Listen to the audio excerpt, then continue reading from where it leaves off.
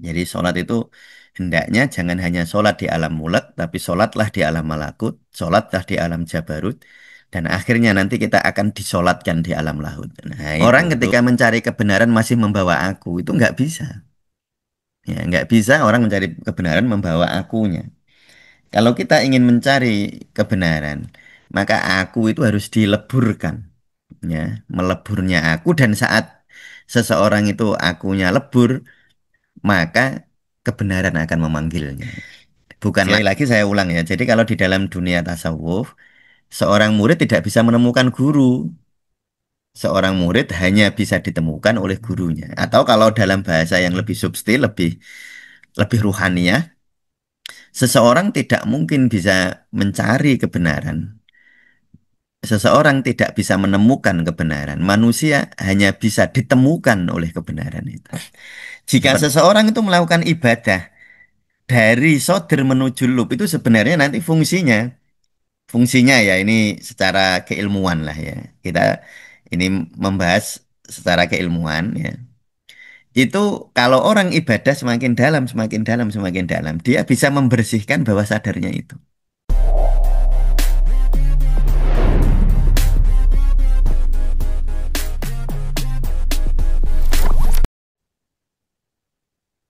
Assalamualaikum warahmatullahi wabarakatuh. Bismillahirrahmanirrahim. Alhamdulillahirabbil alamin. Allahumma shalli wa sallim ala sayyidina Muhammadin wa ala alihi wa sahbihi ajmain wa ba'd. Baik, teman-teman sufi sekalian, kita akan melanjutkan episode wukuf waktu kuliah tasawuf ya. Kita masih melanjutkan tentang fisiologi sufi ya. Sekali lagi ini pemahaman yang akan mendasari metode-metode sufistik yang akan kita gunakan untuk penyelesaian masalah. Ya karena kita belajar dari dasar ya. Ya bukan hanya memanfaatkan apa namanya protap-protap yang sudah ada, tetapi nanti teman-teman juga memahami tentang dasar-dasar prosedur tadi itu. Mengapa kok ada prosedur seperti itu gitu. Jadi bukan hanya kalau ibarat seorang apa koki, dia bukan hanya tukang masak, tetapi dia juga harus memahami proses-proses eh, mengapa seorang chef itu kok bisa menemukan resep-resep makanan tertentu ya. Jadi bukan hanya tahu caranya, tetapi tahu dasar-dasar pemikirannya. Itu tujuan utama kita untuk belajar fisiologi tasawuf atau fisiologi sufi. Sehingga nanti teman-teman diharapkan bukan hanya bisa melakukan prosedur-prosedur terapi yang dipakai di tasawuf Indonesia, tetapi teman-teman bahkan bisa membuat sendiri prosedur-prosedur terapinya. Nah, itu hanya dimungkinkan jika teman-teman memahami konsep-konsep dasar dalam tasawuf ya. Ya, kita sudah membahas dulu ya fisiologi sufi tentang ini. Sudah kita bahas. Lalu ada persepsi dan emosi tubuh sudah kita bahas. Saya akan masuk ke sini ya. 4 dimensi kolbu. Nah, saya ulang lagi kita akan membahas 4 dimensi kolbu. Nah, kolbu sebelum saya masuk ke kolbu ini jangan dimaknani sebagai hati gitu ya. Hati yang secara fisiologis kedokteran ada di perut kanan atas ya. Jadi bukan itu, bukan liver ya. Jadi kolbu itu bukan liver. Karena kalau hati dalam anatomi kedokteran, hati itu liver. Padahal yang disebut kolbu di sini itu bukan liver ya. Kolbu itu maknanya jantung. Ya. Nanti akan sangat selaras ya konsep tasawuf ini dengan konsep-konsep kedokteran timur ya. Tapi kalau dimaknani kolbu dimaknani hati dalam makna liver atau hepar, ya itu nanti akan apa namanya tidak koheren dengan ilmu-ilmu yang lain. Tapi memang sangat benar ya ketika nanti akan saya sampaikan bahwa kolbu itu nanti letaknya di soder. Soder itu dada. Maka jika teman-teman mendengar misalnya doa Nabi Musa, Robbisrohli sodri. Nah, wayasirli amri. Soder ya. Jadi soder itu ruang dada. Kalau liver ada di ruang perut. Kalau liver ya. Kalau kolbu itu di dalam dada. Ya. Makanya kalau ada ala bidzikrillahi tatmainnul qulub, ingatlah bahwa dengan zikir itu akan menenteramkan hati atau menenteramkan kolbu. Ya. Nah, kolbu sekali lagi secara fisiologis nanti dimaknani dengan jantung ya. Jadi kolbu tidak bermakna liver atau hepar, tetapi secara fisik bermakna jantung. Nah, itu ya. Nah, ada 4 dimensi kolbu. Ya, ada dimensi yang paling luar, yaitu soder. Ya, ini dimensi yang paling luar. Masuk ke lebih dalam, namanya kolbu. Masuk ke lebih dalam, namanya fuad. Masuk ke lebih dalam, namanya lub. Jadi ini 4 dimensi kolbu. Dimensi yang paling luar disebut soder, lalu kolbu, lalu fuad, lalu lub. Nah, sebelum saya masuk lebih dalam lagi, saya akan memberikan analogi. Ya, analogi kepada teman-teman untuk memahami maksudnya eh, dalam dan luar itu bagaimana ya. Dimensi dalam dan dimensi luar itu maksudnya bagaimana. Saya akan apa namanya menjelaskan, membuat analogi bagi teman-teman agar lebih mudah dipahami. Mari kita bayangkan ya, bayangkan kolbu itu sebagai sebuah rumah. Bayangkan ya, kolbu itu rumah ya. Rumah itu kan ada beranda atau halaman lah, halaman luar itu rumah. Lalu ada ruang tamu, ya. Lalu ada ruang keluarga, lalu ada ruang pribadi. Bayangkan seperti itu ya. Nanti teman-teman bisa memahami kedalaman kolbu, ya, kedalaman kolbu. Nah, beranda atau halaman itu adalah aspek terluar dari rumah kita, di mana semua orang bisa melihatnya. Orang lewat di depan rumah kita, dia bisa melihat halaman rumah kita. Semua orang bisa melihatnya. Itu seperti jasad kita. Ya, ini solder itu menggambarkan aspek aspek jasadiah dalam diri manusia. Nah, itu jasad itu aspek terluar yang orang bisa lihat lah. Ya, secara sederhana orang lain bisa melihat berapa tinggi kita, ya, bisa mengira-ngira berapa berat badan kita, bisa mengira-ngira apa namanya, bahkan bisa mengira-ngira ini model orang mana kalau wajahnya kayak gini dan lain sebagainya. Nah, itu aspek terluar atau kalau ibarat rumah itu seperti apa? Seperti halaman. Dan hampir semua orang boleh masuk ke sana ya. Misalnya ada orang lewat terus kita suruh mampir tetangga kita, monggo silahkan mampir, mampir ke sana. Tanpa ada urusan juga mampir boleh. Lalu masuk ke lebih dalam namanya kolbu. Nah, kolbu itu bermakna jantung tadi. Ini ibarat rumah itu ruang tamu. Ruang tamu. Ruang tamu itu nggak bisa dilihat dari luar itu. Ya hanya orang-orang yang punya kepentingan yang bisa masuk ke ruang tamu. Lalu masuk ke lebih dalam ada ruang keluarga. Nah, ini tentu tidak semua tamu bisa masuk ke ruang keluarga. Hanya tamu-tamu tertentu yang bisa masuk ke ruang keluarga. Itu namanya fuad.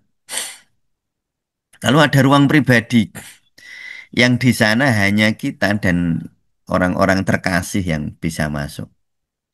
Bahkan misalnya keluarga ada macam-macam. Mungkin ada sepupu, ada apa namanya, saudara kakek, senenek, atau saudara ipar, saudara macam-macam, tapi tidak semua saudara itu bisa masuk ke ruang pribadi kita.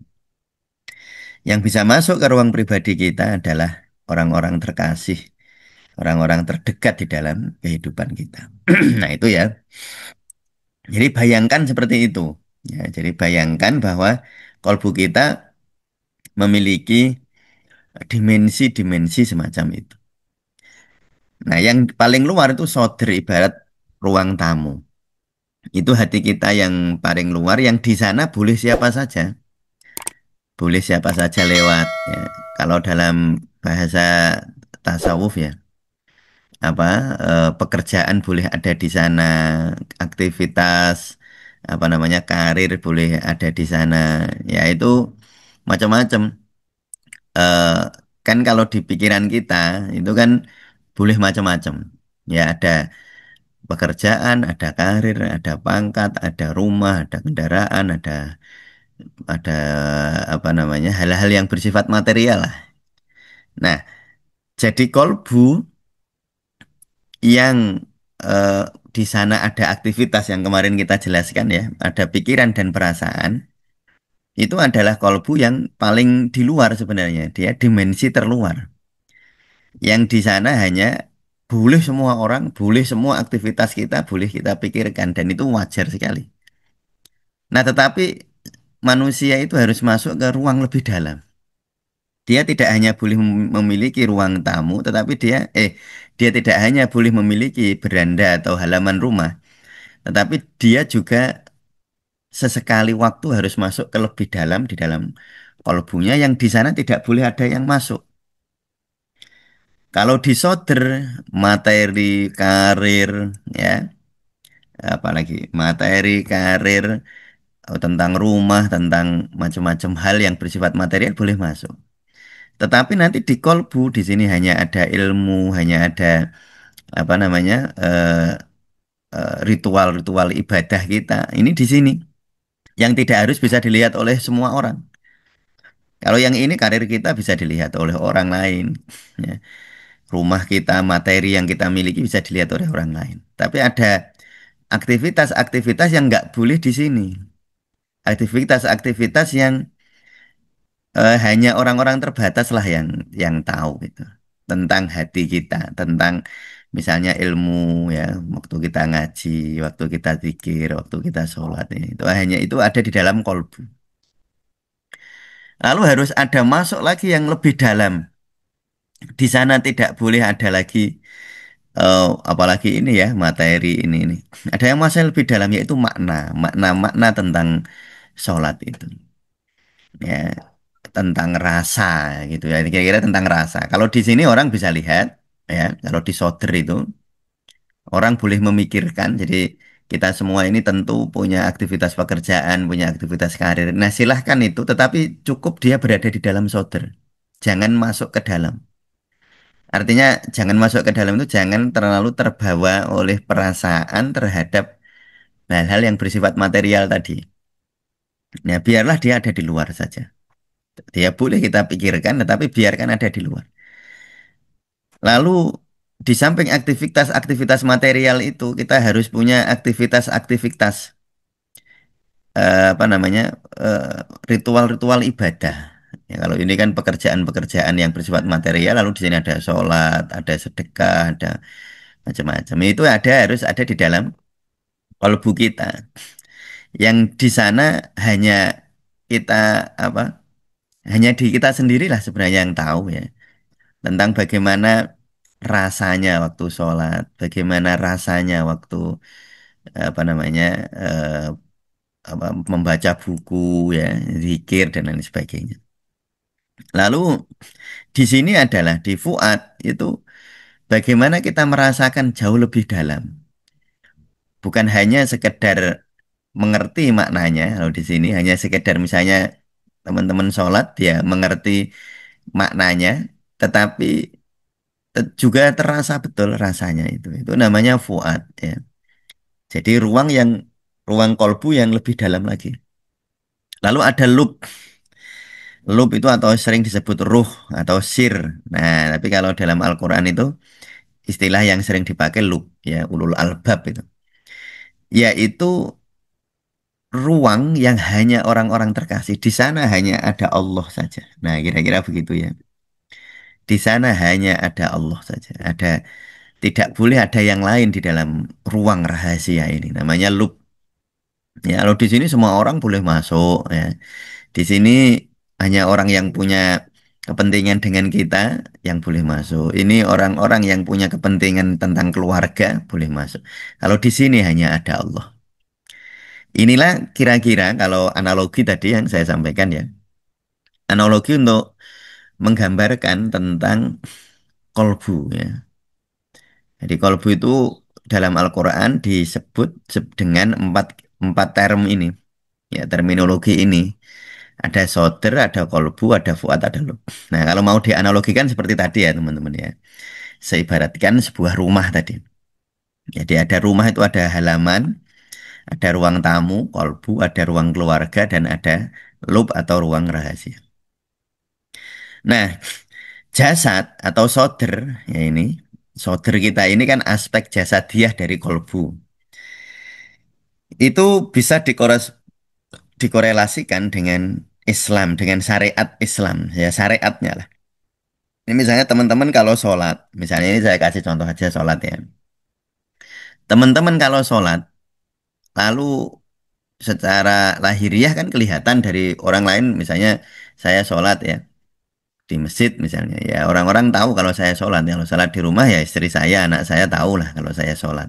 Itu aspek terluar dari sholat itu ya soder. Ya, aspek terluar dari sholat itu ya soder. Lalu ketika saya sholat, saya memaknai sholat saya. Kalau tadi saya hanya sholat itu Allahu Akbar ya sudah Allahu Akbar. Yang penting sah saja gitu. Itu saya sholat di kolbu terluar. Jadi sholat saya sholat yang hanya lahiriah saja. Itu berarti saya sholatnya di soder. Tetapi kalau saya memaknai sholat saya, memaknai Allahu Akbar, Allah Maha Besar. Lalu saya memahami betapa kecilnya diri saya di hadapan Allah. Berarti saya sudah sholat di dalam kolbu. Kalau tadi saya hanya sholat di soder. Saya harus sholat di dalam kolbu. Nanti jauh lebih dalam lagi. Saya bukan hanya memaknai hakikatnya sholat, hakikatnya Allahu Akbar. Tetapi muncul rasa gemetar. Rasa maksudnya gemetar bukan secara fisik ya. Gemetar, haibah di dalam batin saya ini kerinduan. Ya mungkin rasa eh, takjubnya saya kepada kebesaran Allah. Lalu timbul rasa. Berarti saya bukan hanya sholat di soder, saya bahkan sudah sholat di kolbu, bahkan saya sudah sholat di fuad. Jadi saya sholat menjalankan sholat sangat dalam. Ya, lebih dalam lagi, dimensinya lebih dalam. Nah, ketika saya sholat bisa merasakan apa rasa yang sangat dalam itu berarti saya sudah sholat di fuad. Nah, suatu ketika saya sholat, saya betul-betul merasakan kenikmatan di sana hanya seperti ya mungkin tidak bisa diceritakan ya. Tetapi kurang lebih di situ hanya betul-betul hanya ada Allah. Ego kita luruh betul-betul luruh. Nggak ada lagi, bukan nggak ada ya, terlampauinya aku kita, terlampauinya ego kita.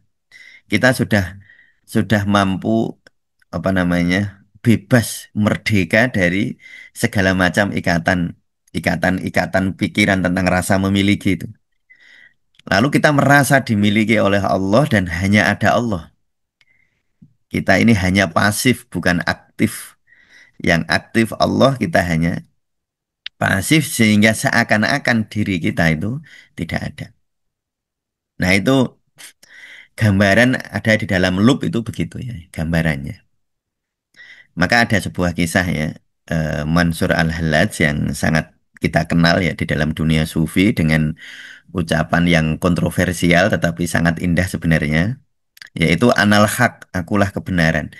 Di situ Sebenarnya sudah tidak ada aku. Aku sebagai pejabat misalnya, aku sebagai yang sholat misalnya, aku sebagai yang merasakan keindahan itu aja, aku yang itu nggak ada. Aku yang merasakan keindahan, akunya sudah nggak ada. Aku yang sholat, akunya sudah nggak ada. Aku yang sujud ruku itu nggak ada. Yang ada hanya aku yang akunya hilang. Aku psikologisnya hilang. Yang ada hanya Allah saja. Itu yang disebut lub, yang disebut ulul albab itu sebenarnya di situ maknanya ya. Nah, sehingga ada sebuah kisah itu Mansur Al-Hallaj itu eh, dia ini gambaran saja ya. Ini tentu entah kisahnya itu kisah yang betul-betul fakta atau enggak atau hanya semacam simbol-simbol kisah ya, itu ya. Jadi Mansur Al-Hallaj ketika dia berguru ya, dia berguru kepada apa namanya Imam Junaid Al-Baghdadi. Walaupun ada yang bilang gurunya Mansur Al-Hallaj itu muridnya apa namanya muridnya Junaid Al-Baghdadi. Nah, tetapi kita anggap saja begitu ya. Nah, dari sebuah kisah Mansur Al-Hallaj itu ingin berguru kepada Junaid Al-Baghdadi. Lalu mengetuk pintu masjidnya Junaid Al-Baghdadi. Ketika mengetuk pintu, Junaid Al-Baghdadi bilang, "Kamu kalau mau datang kepadaku sendirian saja," kata kata Junaid Al-Baghdadi ya. Kalau kamu ingin datang kepadaku sendirian saja. Jangan bawa banyak orang, kata Junaid Al-Baghdadi. Nah, tentu Mansur Al-Hallaj yang masih muda itu merasa kebingungan. Menurut dia sendiri gitu. Menurut Al-Hallaj, Mansur Al-Hallaj dia itu sendiri sebenarnya datang ke Junaid Al-Baghdadi. Secara fisik dia sendiri. Nah, tetapi mengapa sang guru Imam Junaid Al-Baghdadi kok bilang dia kamu jangan kalau datang mau berguru kepadaku sendirian, jangan banyak orang gitu kan kata. Lalu baru menyadari Al-Hallaj, oh iya ya. Secara fisik saya ini sendiri, tapi ternyata di dalam benak saya ini, di dalam pikiran saya nggak sendiri. Saya masih mikirin karir, saya masih mikirin jabatan, saya masih mikirin apa namanya, bagaimana ini saya masih rindu kepada anak, saya masih rindu kepada ini. Membawa banyak sekali ternyata. Oh, ternyata saya datang ke sini itu nggak sendiri, kata Mansur Al-Hallaj itu. Baru sadar ya ketika Junaid Al-Baghdadi tadi bilang, kamu kalau datang ke sini sendiri. Lalu Al-Hallaj awalnya dia merasa loh, bukankah aku sudah sendiri? Ternyata ketika didalami lebih dalam, ternyata walaupun saya tampaknya sendiri, saya nggak sendiri. Saya masih membawa Al-Hallaj sebagai anaknya ini. Saya membawa Al-Hallaj sebagai, kalau kita beginilah kira-kira. Ketika kita berguru, kita masih membawa ego-ego kita, gitu. Misalnya saya nih berguru ketemu Abah gitu.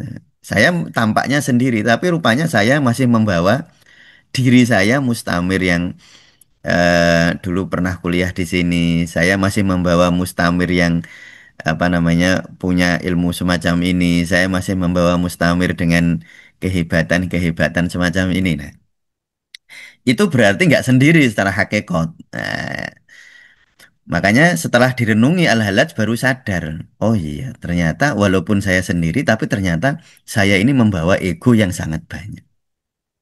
Nah, setelah 7 bulan lamanya, ya, Al-Hallaj merenungi diri untuk tazkiyatun nafas, ya. Akhirnya setelah 7 bulan, gurunya datang. Ya, yang sekarang yang datang gurunya, yaitu Imam Junaid Al-Baghdadi. Imam Junaid Al-Baghdadi memanggil ya, Al-Hallaj yang di luar masjid dipanggil. Kalau yang pertama Al-Hallaj yang Kulanuwun, yang Assalamualaikum bolehkah saya masuk itu yang pertama. Tapi lalu tadi Imam Junaid Al-Baghdadi bilang, kamu kalau ke sini nggak boleh rame-rame, nggak boleh orang banyak, nggak boleh membawa kerumunan. Kamu sendiri saja kalau ke sini. Nah itu awalnya dulu kan begitu.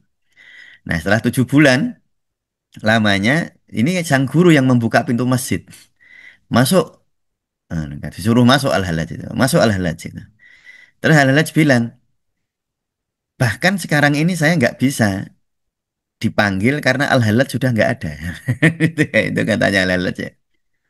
Sekarang Al-Hallaj sudah nggak ada kata kata Al-Hallaj ini. Bahkan Al-Hallaj sudah nggak bisa dipanggil lagi. Gitu. Lalu Imam Junaid Al-Baghdadi bilang, karena Al-Hallaj sudah ada, maka engkau boleh masuk. Maka engkau aku panggil untuk masuk. Bukan engkau boleh masuk, tetapi engkau aku panggil untuk masuk. Nah, itu ini tentu tidak kita maknani sebuah fakta sejarah begitu tidak, tetapi ini adalah gambaran simbol tentang bagaimana kita ingin mencari kebenaran. Orang ketika mencari kebenaran masih membawa aku, itu nggak bisa. Ya, nggak bisa orang mencari kebenaran membawa akunya. Kalau kita ingin mencari kebenaran, maka aku itu harus dileburkan. Ya, meleburnya aku dan saat seseorang itu akunya lebur, maka kebenaran akan memanggilnya. Bukan lagi dia mencari kebenaran, tapi kebenaran yang akan memanggilnya. Maka di dalam dunia kesufian itu, manusia tidak pernah menemukan guru, tetapi guru yang menemukan murid. Itu dalam dunia sufi ya. Ini maknanya itu seperti ini sebenarnya ya. Jadi sekali lagi saya ulang ya. Jadi kalau di dalam dunia tasawuf, seorang murid tidak bisa menemukan guru. Seorang murid hanya bisa ditemukan oleh gurunya. Atau kalau dalam bahasa yang lebih substil, lebih lebih ruhaniah, seseorang tidak mungkin bisa mencari kebenaran. Seseorang tidak bisa menemukan kebenaran. Manusia hanya bisa ditemukan oleh kebenaran itu. Seperti ini simbol tadi. Ketika Mansur Al-Hallaj mencari kebenaran, mencari gurunya, nggak bisa, ditolak oleh gurunya. Tetapi ketika Mansur Al-Hallaj sudah kehilangan akunya, sudah luruh egonya, guru yang menemukannya, guru yang membukakan pintunya, guru yang mengundangnya. Nah itu loh, itu makna dari itu tadi. Makanya di dalam apa dunia tasawuf dikenal kata-kata seperti ini ya. Ini mungkin kata-kata yang agak sulit dipahami secara intelektual, tetapi menggambarkan tadi, menggambarkan apa yang saya ceritakan tadi. Jadi kalau di dalam tasawuf itu ada ucapan begini, kamu tidak mungkin bisa menemukan Allah jika kamu tidak mencarinya, ya, tidak mencari Allah. Tetapi kamu juga tidak akan bisa menemukan Allah selama kamu masih mencarinya. Nah, itu kan susah ya, itu kan bahasa ya. Kamu tidak mungkin menemukan Allah jika kamu tidak mencarinya. Tetapi jika kamu masih mencarinya, kamu nggak akan ketemu Allah. Nah itu, maksudnya ini tadi loh. Pertama, Mansur Al-Hallaj akan mencari gurunya, ya dia mencari memang. Tetapi saat dia masih mencari, gurunya nggak membuka pintu. Awalnya ya tetap mencari gitu ya. Awalnya tetap Mansur Al-Hallaj tetap mencari gurunya gitu. Tetapi ketika Mansur Al-Hallaj ketemu gurunya, ditolak oleh gurunya, ditolak oleh Junaid, Imam Junaid Al-Baghdadi tadi. Tetapi ketika Al-Hallaj selama 7 bulan tazkiyatun nafas untuk me, apa namanya meluruhkan egonya, lalu baru saat itu dibukakan pintu oleh gurunya. Itu maksud kata-kata saya tadi ya. Manusia tidak mungkin menemukan Allah kalau dia tidak mencarinya. Artinya dia mencari, memang harus mencari. Tetapi manusia tidak mungkin menemukan Allah kalau dia masih mencari. Yaitu tadi, setelah mencari harus mau untuk tazkiyatun nafas, untuk meluruhkan egonya tadi. Nah, itulah itu yang saya ingin menjelaskan tentang loop tadi ya. Nah, itu loop tadi, itu tentang ruang rahasia. Ya, jadi inilah yang disebut sebagai 4 dimensi kolbu. Jadi orang ibadah. Nah, ini konsep macam ini gunanya untuk apa? Nah, sekarang kita masuk ke fungsinya ya. Mungkin teman-teman akan bingung buat apa kita memahami 4 dimensi kolbu ini. Nah, kalau hanya untuk paham-pahaman saja, oh ya sudah paham-paham gini. Ya artinya itu hanya memuaskan kita secara intelektual ya. Tapi ilmu itu kan harus manfaat, gitu kan? Ilmu itu kan harus manfaat, bukan hanya memuaskan intelektual kita, tapi harus bermanfaat. Nah, dari sisi pribadi kita, nanti ketika kita itu ibadah, misalnya tadi saya contohkan sholat, sholat kita jangan hanya di soder, jangan hanya di ruang dada saja, tetapi harus masuk ke dalam kolbu kita. Harus masuk ke fuad kita. Jadi sholatnya itu diperdalam, bukan hanya sholat secara syariat, tetapi juga sholat secara hakikat. Tapi juga sholat secara ma'rifat. Nanti sholatnya, nanti gini, eh, saya mungkin tidak akan menjelaskan ini di saat ini ya. Ini tapi sederhananya begini. Kalau kita sholat, bukan hanya sholat di alam mulek. Sholat di alam mulek itu sholat di alam biasa seperti ini, yang ada ruang dan waktunya. Sholat di kamar, sholat di masjid, itu namanya sholat di alam mulek. Tapi kita harus sholat di alam malakut, sholat di alam rasa. Nah, ibadah bukan hanya di alam mulek, tapi kita harus ibadah di alam malakut. Itu maksudnya ibadah dengan kolbu kita, bukan hanya dengan sodr kita.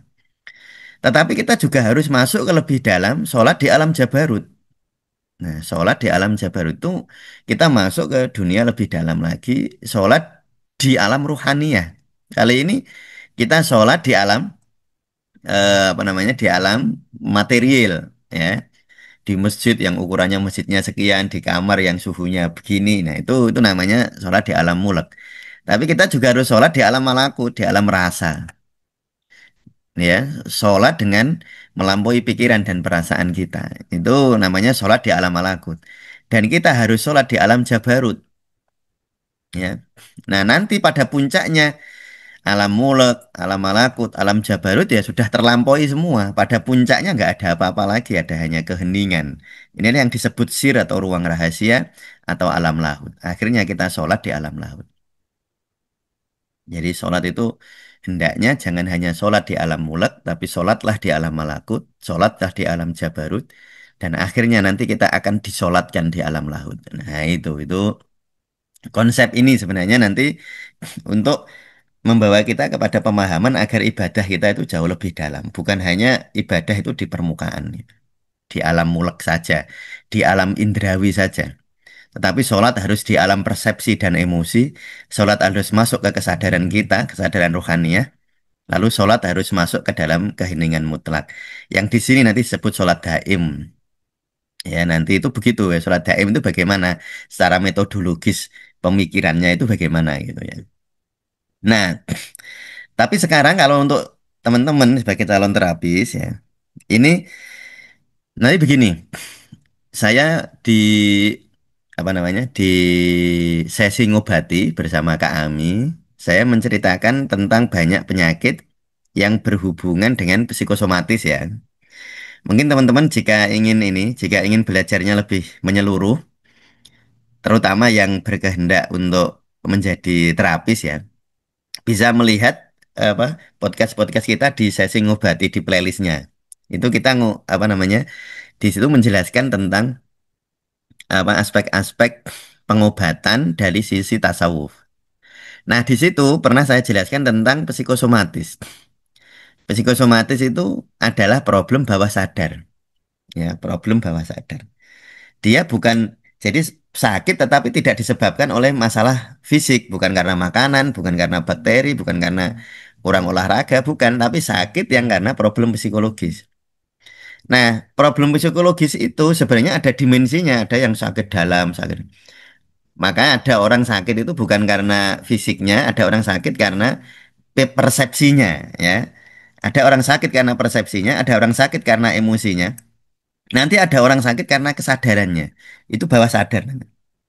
Nah, jika seseorang itu melakukan ibadah dari sodir menuju lub itu sebenarnya nanti fungsinya ya ini secara keilmuan lah ya. Kita ini membahas secara keilmuan ya. Itu kalau orang ibadah semakin dalam, semakin dalam, semakin dalam, dia bisa membersihkan bawah sadarnya itu. Sehingga bisa membantu seseorang untuk berikhtiar mengobati penyakit psikosomatis gitu loh. Nanti itu fungsinya itu begitu. Ya, jadi memahami empat dimensi kolbu itu fungsinya kayak gitu. Satu, untuk pada diri kita sendiri, kita pahami aspek-aspek tadi, aspek-aspek rohaniah dari ibadah. Yang kedua, nanti kita bisa menjadikan dasar empat dimensi kolbu ini di dalam proses-proses terapeutik nanti. Nah, itu nanti fungsinya begitu. Sehingga nanti ketika saya jelaskan, apalagi nanti ketika praktikum ya, ketika kita praktek, teman-teman sudah tahu mengapa saya praktek, oh ada praktek begini, kenapa ada praktek struktur indrawi, kenapa ada praktek apa melampaui emosi dan persepsi, ada praktek kesadaran, ada praktek di dalam keheningan mutlak dan lain sebagainya. Nah itu ya itu dasar-dasar keilmuannya. Insya Allah nanti minggu depan ya kita akan membahas tentang ini ya ada gradasi ruh ini. Ini nanti juga akan sangat penting di dalam proses-proses terapeutik nanti. Tapi insya Allah nanti ini akan saya jelaskan tentang konsep ruh di dalam apa namanya sufi healing ya di dalam terapi tasawuf ya. Ini saya kira teman-teman untuk hari ini ya. Mungkin pembahasannya cukup agak sulit dipahami, tetapi memang itu pun yang saya rasakan dulu ya ketika belajar. Tapi insya Allah jika teman-teman mau mengulang, mengulang, mengulang ya, diulang lagi, nanti insya Allah akan diberi pemahaman oleh Allah Subhanahu wa Ta'ala. Ya, terima kasih sekali teman-teman sudah kerso hadir, rawuh dan apa menikmati pelajaran kita hari ini. Semoga bermanfaat ya. Cukup sekian. Assalamualaikum warahmatullahi wabarakatuh.